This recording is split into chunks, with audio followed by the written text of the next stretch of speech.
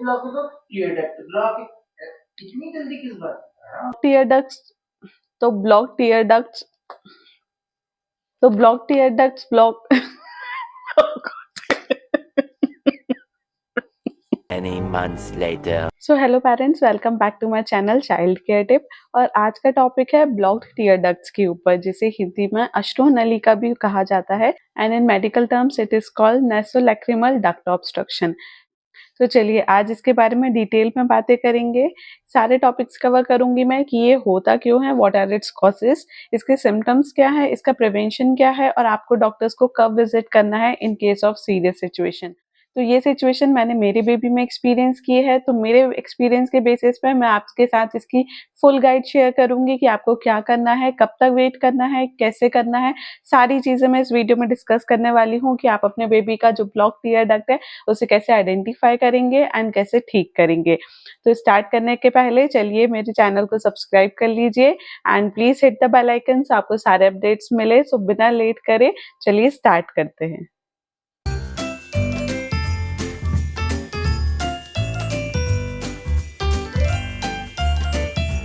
तो tear duct block generally newborn babies में पाया गया है। अब आप कैसे डिटेक्ट करेंगे कि बेबीज के टीयर डक्ट ब्लॉक है, तो मैं आगे आपको सिम्टम्स बताऊंगी कि क्या क्या सिम्टम्स देखे गए हैं टीयर डक्ट ब्लॉक में। बट उससे पहले जानते हैं कि ये डिटेक्ट कब होता है। तो ये जनरली डिटेक्ट होता है बेबीज में उनके बॉर्न के 2 to 3 वीक्स के बाद, क्योंकि 2 to 3 वीक्स के बाद ही बेबीज की आईज में टीयर फॉर्मेशन स्टार्ट हो जाता है।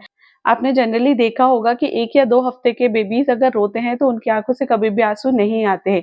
वो इसलिए ही नहीं आते हैं क्योंकि उनकी आईज में टीयर फॉर्मेशन होता ही नहीं है। वो स्टार्ट होता है आफ्टर 2 to 3 वीक्स के बाद। इस वजह से ही अगर बेबी का टीयर डक्ट ब्लॉक है from the date of birth, तभी आप उसके बाद ही आप आइडेंटिफाई कर पाएंगे कि बेबीज के टीयर डक्ट ब्लॉक है।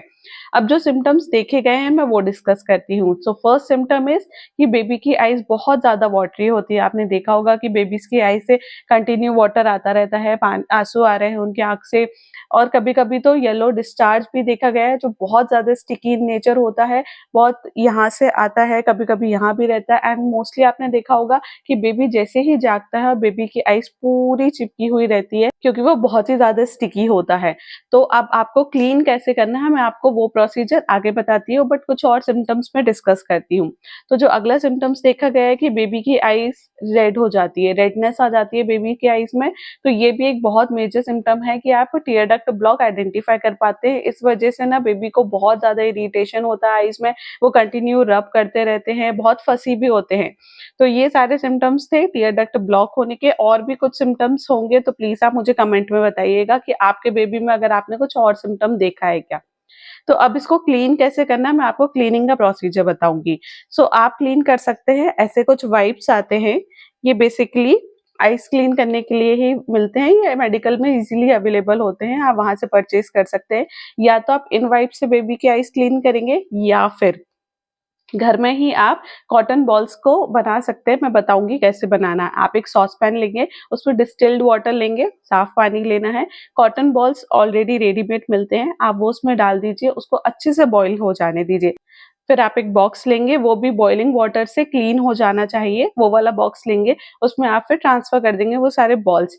अब आपको क्लीन कैसे करना है मैं आपको ये बताऊंगी। तो क्लीनिंग स्टार्ट करने के पहले आपको अपने हैंड्स को अच्छे से वॉश कर लेना है। उसके बाद आप एक बॉल लेंगे, उसको स्क्वीज करेंगे, पूरा पानी निकाल दीजिए और फिर आपको इनवर्ड से लेके आउटवर्ड डायरेक्शन में क्लीन करना है। यस, प्रोसीजर यही रहेगा, भूल के भी बाहर से अंदर नहीं करिएगा, अदरवाइज इन्फेक्शन और ज्यादा बढ़ जाएगा बेबीज की आईज पे। तो प्रोसीजर है इनवर्ड से आउटवर्ड डायरेक्शन, ठीक है।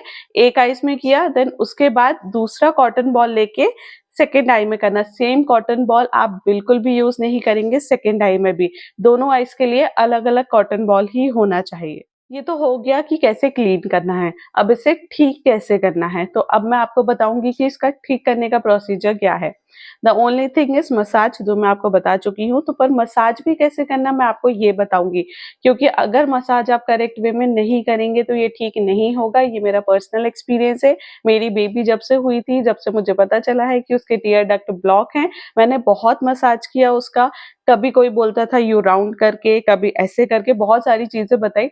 बट उससे नहीं होता था। एट लास्ट मुझे डॉक्टर को विजिट करना पड़ा। अब मुझे डॉक्टर को विजिट क्यों करना पड़ा, मैं आपको ये बताती हूँ।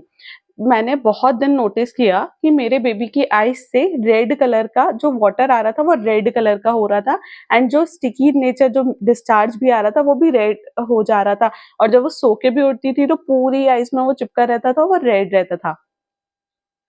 तो मुझे ये लगा ये कुछ कैजुअल तो नहीं है, ये अबनॉर्मल चीज़ मुझे लग रही है। मैंने गूगल सर्च भी करा बट मुझे इसके रिगार्डिंग कुछ भी नहीं मिला।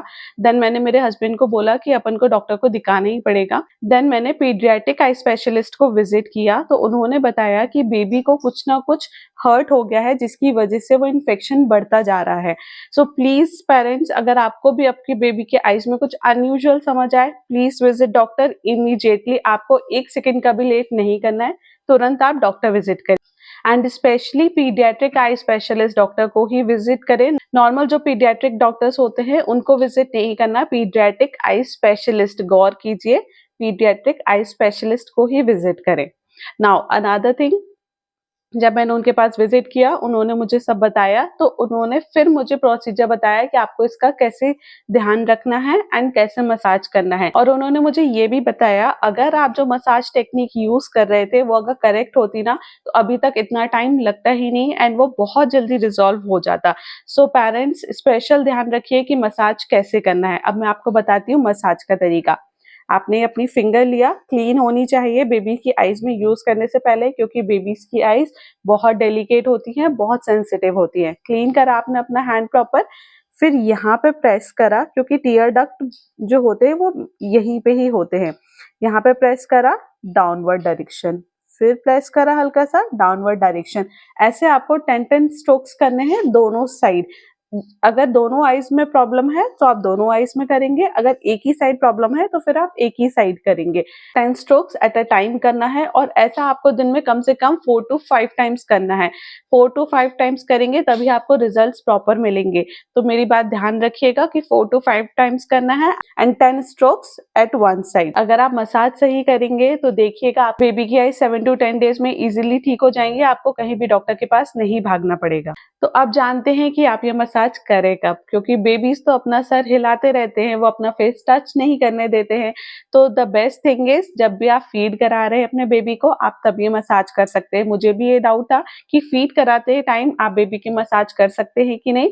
तो पेरेंट्स एब्सोल्युटली आप फीड कराते टाइम बेबी की मसाज कर सकते हैं, कोई दिक्कत नहीं है, इजीली मसाज कर सकते हैं आप।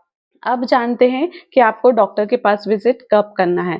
सो फर्स्ट थिंग, जो अभी मैंने आपको केस बताया जो मेरे साथ हुआ था, अगर आपको कुछ भी अनयूजुअल लग रहा है कि नहीं ये नहीं है चीज ठीक, तो आप तुरंत डॉक्टर के पास विजिट करेंगे। एंड सेकंड थिंग, आपको कब करना है डॉक्टर विजिट, अगर आपको ये प्रोसीजर करते करते 6 मंथ्स हो गया और 6 मंथ्स में भी अगर वो ठीक नहीं हो रहा है, तो फिर आप डॉक्टर विजिट करेंगे। डॉक्टर आपको जो भी प्रोसीजर बताए, जो भी चीज रिकमेंड करे, आप वो स्टेप लीजिएगा एंड आपके बेबी की आईज ठीक हो जाएगी। Don't worry parents. तो अगर आपको मेरा वीडियो इन्फॉर्मेटिव लगा हो तो प्लीज़ इसे लाइक कीजिए, शेयर कीजिए एंड कमेंट डाउन। अगर आपको मेरी ये टिप्स अच्छी लग रही हैं या आपके बेबी के लिए यूज़फुल रही हो तो, and please subscribe to my channel. Thank you.